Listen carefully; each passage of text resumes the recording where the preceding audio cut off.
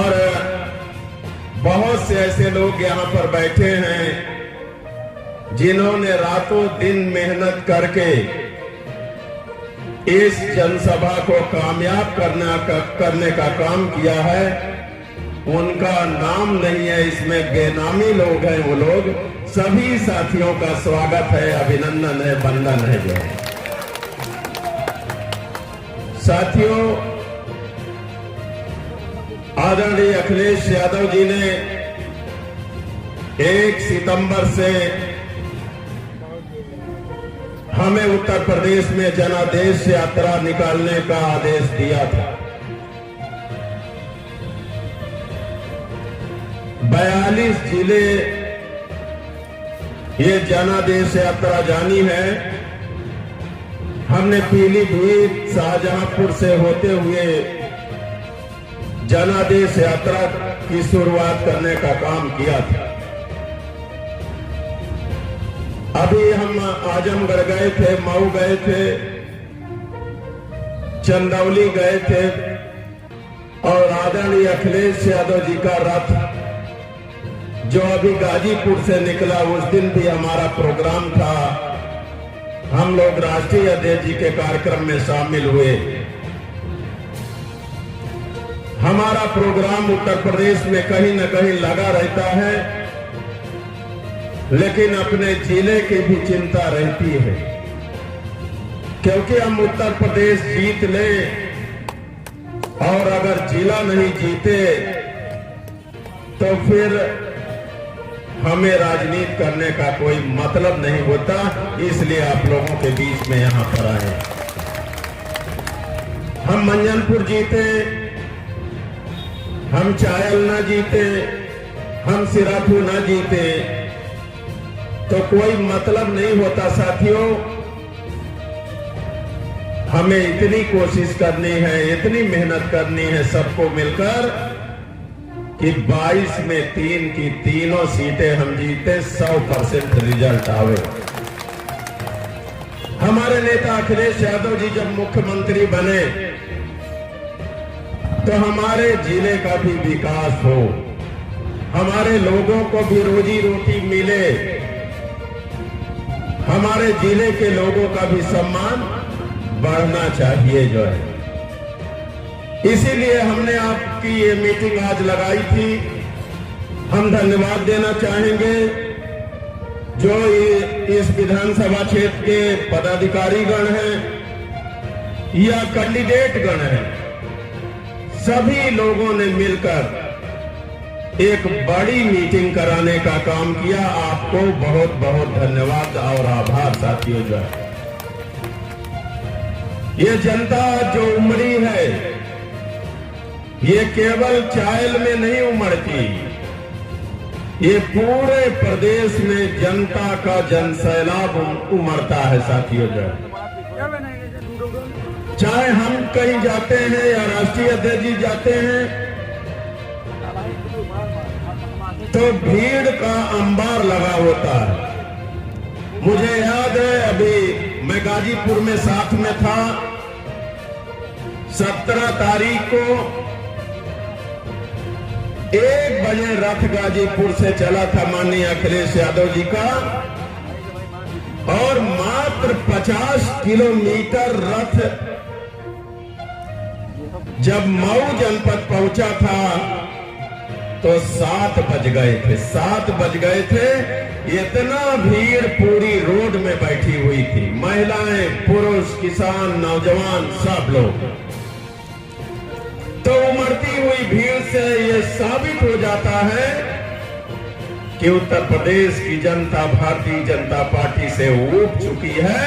अब वो अखिलेश यादव जी को याद कर रही है कि उत्तर प्रदेश में अखिलेश जी को आना चाहिए। साथियों, अखिलेश जी ने अपने शासनकाल में बहुत बड़े बड़े काम किया था। याद कर लीजिए, कौशाम्बी जिले को 4 लेन से जोड़ा। हम लोग जब इलाहाबाद से अपने गांव की तरफ जाते थे तो डर लगा रहता था मन में कि भरवारी में कितने घंटा बस खड़ी रहेगी। गेट बंद रहेगा। लेकिन धन्यवाद देना चाहेंगे राष्ट्रीय अध्यक्ष जी श्री अखिलेश यादव जी को कि उन्होंने ये मुकीद भाई के गांव के पास से जीटी रोड से हमारे मंझनपुर मुख्यालय तक 4 लेन की सड़क बनवाने का काम किया और रेलवे में 4 लेन का पुल भी बनवाने का काम किया। अभी चंद्रजीत यादव जी हमें कहे कि आपको पूरा मुफ्ती की तरफ से आना है, और जैसे ही पूरा मुफ्ती से मैं मनौरी की तरफ मुड़ा तो मुझे लगा कि मैं कौसाम्बी नहीं, पता नहीं कहां की धरती में चल रहा हूं। सही बता रहा हूं यार, इतना बुरी रोड, पूरी रोड टूटी पड़ी है। अब मुझे बताया गया कि ये रोड जो अभी बनी थी तो बड़ा ढोल नगाड़े के साथ इसका उद्घाटन किया गया था। बताइए, ऐसे लोग हैं जिनकी सड़कें 1 साल 2 साल भी नहीं चलती। ये रोड पूरी जो है टूटी पड़ी है, लानत है। फिर लोकसभा के चुनाव वाला शब्द आ गया। जैसे मैंने कहा था वहां पर मूरतगंज में महबूब आलम जी को पता होगा और तमाम हमारे साथी हैं, गुलाम हुसैन जी को मैंने कहा था वहां लानत है। फिर मेरे ऊपर मुकदमा 5 करोड़ का हो गया था। आज भी वो मुकदमा हटा नहीं है, 5 करोड़ वाला मुकदमा, 5 करोड़ मानहानि का मुकदमा लिखा है। लेकिन मैं और कहूं क्या, लानत नहीं है तो क्या है? लानत है इस जिले के डिप्टी सीएम को कि उन्होंने जिला की रोडों का गड्ढा भरने का काम नहीं किया। जो जिले की रोडों को गड्ढा भरने का काम नहीं किया था। मैं 1000 करोड़ का मालिक था, मैं 1000 करोड़ वाले विभाग का मालिक था, और मैंने कौसाम्बी को कौसाम्बी बना दिया था। साथियों, जो कौसाम्बी को कौसाम्बी बना दिया। लोग आते हैं तो याद करते हैं आज भी। और 40,000 करोड़ वाला डिप्टी सीएम अपने जिले की रोडों का गड्ढा नहीं भर पा रहा, तो लानत है कि नहीं लानत है? ये हालात हो गई साथियों। इस जिले में डिप्टी सीएम ने, जिसके पास खुद का अपना विभाग है रोड बनाने का, एक भी 4 लेन सड़क बनाने का काम नहीं किया। बता दो, एक भी 4 लेन सड़क बनाने का काम नहीं किया। केवल घोषणाएं करने का काम करते हैं। जनता सिंहासन में बैठाती है तो जमीन में भी पटकने का काम करती है। वो समय आ गया है, वो समय आ गया है। माननीय अखिलेश यादव जी ने तो लैपटॉप बांटा था, माननीय अखिलेश यादव जी ने तो बेटियों को कन्या विद्या धन दिया था, माननीय अखिलेश यादव जी ने गरीबों को 3,20,000 का लोहिया आवास भी देने का काम किया था। योगी बाबा आज तक नकल नहीं कर पाए। जो है 1,20,000 का ही आवास मिलता है ना, 3,20,000 वाले की नकल आज तक नहीं कर पाए। हमारे राष्ट्रीय अध्यक्ष जी जब कहते हैं कि एक रंगा वालों से सावधान रहना और चिलम वालों से सावधान रहना, तो बड़ा चीटा लगता है। जो है बड़ा चीटा लगता है इन लोगों को। साथियों, जो है ये काम करने वाले लोग नहीं हैं, ये झूठ बोलने वाले लोग हैं, झूठ बोलने वाले लोग हैं। हम तो धन्यवाद देना चाहेंगे भारत देश के किसानों को कि ऐसे निरंकुश शासक, ऐसे निरंकुश हठधर्मी प्रधानमंत्री को अपने कदमों में झुका करके कानून वापस कराने का काम किया गया है। जो आपके जमीनों को छीनने का कानून श्री नरेंद्र मोदी ने बनाया था कि हम गरीब की जमीन छीनकर पूंजीपतियों को दे देंगे। किसानों ने इतना मजबूर कर दिया कि घुटने टेकने पड़े और माफी मांगनी पड़ी है। और पहले क्या कहते थे, जब आंदोलन किसान शुरू किए तो क्या कहते थे ये आंदोलन जीवी लोग हैं, कहते थे ना। और रोडों में कीले गाड़ दिए थे और कहते थे ये किसान नहीं खालिस्तानी लोग हैं, ये भी कहते थे जाए। लेकिन भारतीय जनता पार्टी का जब मंसूबा था उसमें पानी फिर गया साथियों, और काले कानून को समाप्त करने की घोषणा करना पड़ा प्रधानमंत्री जी को। तो हमारे राष्ट्रीय अध्यक्ष जी जो कहते हैं उसको करते हैं। मोदी जी योगी जी नहीं करते। याद कर लीजिए, मोदी जी जब देश के प्रधानमंत्री नहीं थे तो कहा था ना कि आए गरीबों, जिस दिन मैं देश का प्रधानमंत्री बना खाता खुलवा लेना, ये मोदी 15-15 लाख रुपया भेज देगा। आया रुपया आज तक रुपया नहीं आया। खाता खुला के गरीब बैठा बैंकों में, रुपया की बरसात नहीं हुई। मोदी जी ने झूठ बोला कि नहीं बोला ना झूठ, बिल्कुल नहीं तो रुपया की बरसात हो जाती। 2 करोड़ नौकरियां प्रतिवर्ष भारत देश में देने का वादा किया था। और जब 2017 का चुनाव आया, जब अखिलेश जी मुख्यमंत्री थे, जब अखिलेश जी को हटाना था तो मोदी जी कहते थे मुझे डबल इंजन की सरकार चाहिए, मुझे डबल इंजन की सरकार चाहिए।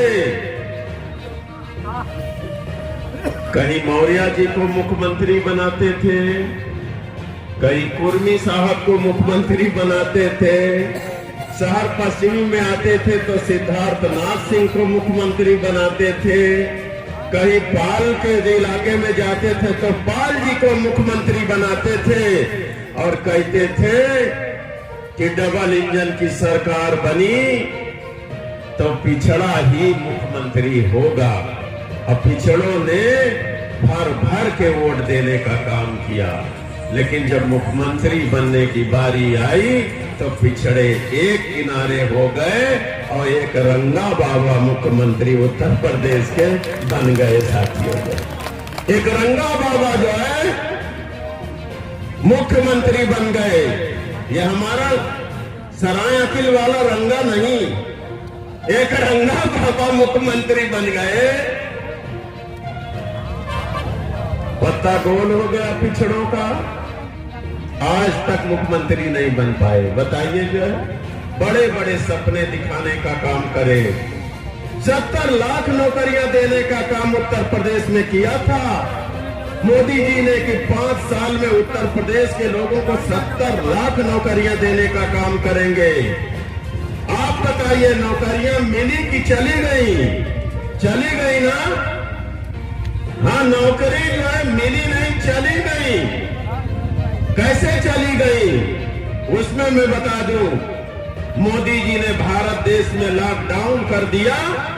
हमारे बच्चे पूरे देश में जो नौकरी करने गए थे उनकी नौकरियां छूट गई, गांव चले आए जो है साथियों। क्यों अंगद यादव जी बड़ा दूर बैठे हैं बेचारे, जो है आज तो नौकरियां छूट गई साथियों। कोरोना काल में लोगों की नौकरियां छूट गई और ये दुर्दशा हुई कि जब कल कारखाने बंद हुए, लोग अपने घरों के लिए चले, तो जो मोदी कहा करते थे कि मैं जिस दिन भारत देश का प्रधानमंत्री बना, भाइयों बहनों, तो हवाई चप्पल वाला हवाई जहाज से चलेगा, ये कहा था ना मोदी ने। लेकिन जब कोरोना काल में लॉकडाउन हुआ तो हवाई जहाज बहुत दूर की बात है, मोटर गाड़ी नहीं मिली, रेलगाड़ी नहीं मिली, लोग पैदल चलने के लिए मजबूर हुए। जो अगर रोडों पर लोग पैदल चलते हुए नजर आए तो जगह जगह पुलिस वालों ने डंडा मार के बेड़ने का काम किया, जानवर की तरह। जो ये हुआ भारत देश के अंदर, तो केवल भारतीय जनता पार्टी ने झूठ बोलने का काम किया है। कहा था किसानों की आय दोगुनी हो जाएगी, राजेंद्र पाल जी, किसानों की आय दोगुनी हो जाएगी। मुझे अपनी पत्नी से आज बुरी तरह डांट खाना पड़ा। सही बता रहा हूं, मुझे अपनी पत्नी से आज बुरी तरह डांट खाना पड़ा। सुबह सुबह कहा कैसे नेता हो तुम, जो है तुम्हारा धान कटा घर में रखा है और सरकारी कर्मचारी तुम्हारा धान नहीं तौल रहे हैं, जो है, और बिचौलिया 1200 रुपया में लेने को तैयार है, और सरकारी केंद्र में जो 1940 रुपया नहीं मिल रहा। सही बता रहा हूं, मुझे मेरा धान नहीं तौला गया तो आपका क्या हाल हुआ होगा ये जान लीजिए। जो है किसानों की लागत का मूल्य नहीं मिल रहा, दोगुना करना तो बहुत दूरी बात है ना। खाद महंगी हो गई कि नहीं महंगी हो गई, यूरिया महंगी हो गई, और यूरिया की भर्ती 50 किलो से 45 किलो हो गई, 50 किलो से 45 किलो हो गई। और सुनिए किसान भाइयों, मैं भी किसान हूं, डीएपी खोजे नहीं मिल रही है। क्यों अरविंद? डीएपी खोजे में नहीं मिल रही है। ये हाल हो गया है भारतीय जनता पार्टी की सरकार में साथियों। तो किसान दुखी है कि नहीं दुखी है? नौजवान दुखी है नौकरी न पाने से, ना जो है सारे दुखी है। गरीब दुखी है, 3,20,000 का मकान नहीं पा रहा। और ये महिलाएं दुखी हैं। अखिलेश यादव जी ने जो समाजवादी पेंशन चालू की थी उसको बंद कर दिया। इन लोगों 500 रुपया महीना मिलता था, बंद कर दिया। हमारी बहनों, आप घबराना ना, अगर अखिलेश जी मुख्यमंत्री बन गए तो हम 2000 रुपया महीना आपको समाजवादी पेंशन दिलाने का काम करेंगे। ये अभी 500 रुपया वाली समाजवादी पेंशन बनती है, हम 2000 रुपया महीना वाली समाजवादी पेंशन दिलाने का काम करेंगे। ये छलिया लोगों ने 2017 में संजय गुप्ता जलेबी बेचने वाला विधायक बन गया। जलेबी बेचने वाला विधायक बन गया। फिर कहूंगा पिछड़ो, लानत है तुम पर, लानत है तुम पर। मुट्ठी भर वोट वाला विधायक आपका बन गया, अच्छा हुआ भर वोट वाले आप अपना विधायक नहीं बना पाएंगे। अब वो मुट्ठी भर वोट वाला विधायक बना तो आज किसका विकास कर रहा है? अपना विकास कर रहा है ना। पूरा गरीबों की जमीन कब्जा कर रहा है कि नहीं पाल जी, बताओ? पूरा जमीन गरीबों की कब्जा कर रहा है। उससे बड़ा भूमाफिया कोई है? कोई नहीं है उससे बड़ा भूमाफिया। समाजवादी पार्टी की सरकार बनी तो अभी ब्राह्मणों के घर गिराए गए हैं, अभी यादवों के घर गिराए गए हैं, अभी पालों के घर गिराए गए हैं, अभी पासियों के घर गिराए गए हैं, अभी प्रजापतियों के घर पर गिराए गए हैं। अगर अखिलेश जी मुख्यमंत्री बन गए, रंजीत सरोज बन गया तो फीता कहां लगेगा? उनके घर गिराए जाएंगे फीता। हम भी फीता लगवाने का काम करेंगे, हम भी तो नपवाने का काम करेंगे, हम भी फीता लगवाने का काम करेंगे। नन्हा पाल एक अच्छा घर बनाया था, लोगों को अच्छा नहीं लगा, गिरा दिया गया। दिलीप प्रजापति का घर गिरा दिया गया, जबरन भाजपा में शामिल करा दिया गया। सही बता रहा हूं।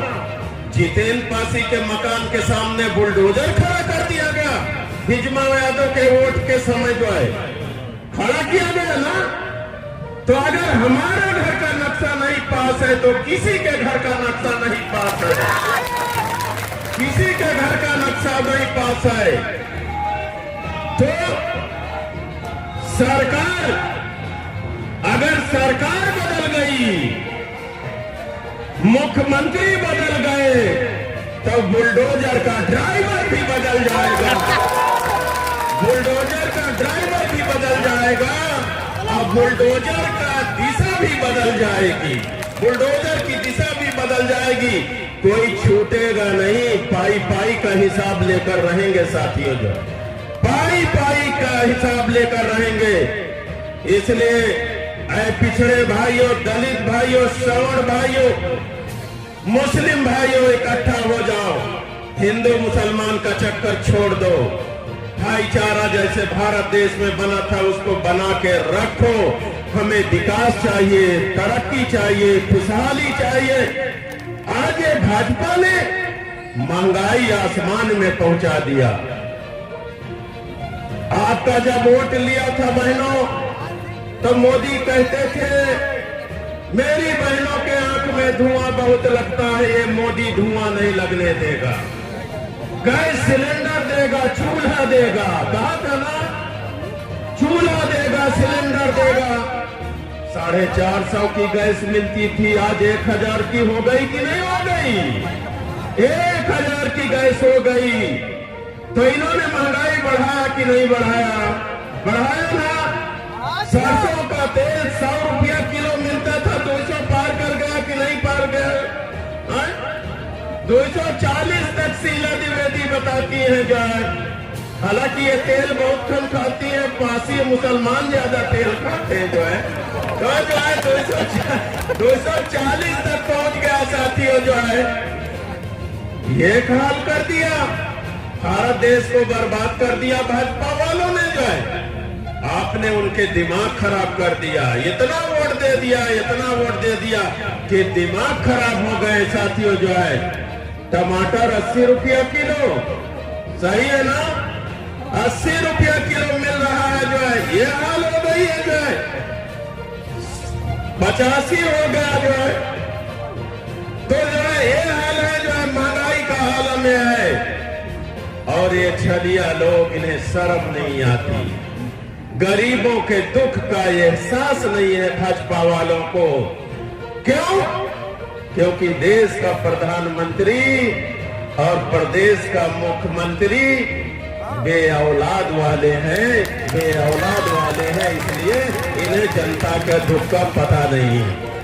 बे औलाद वाले, बिना परिवार वाले हैं, इसलिए दुख का पता नहीं।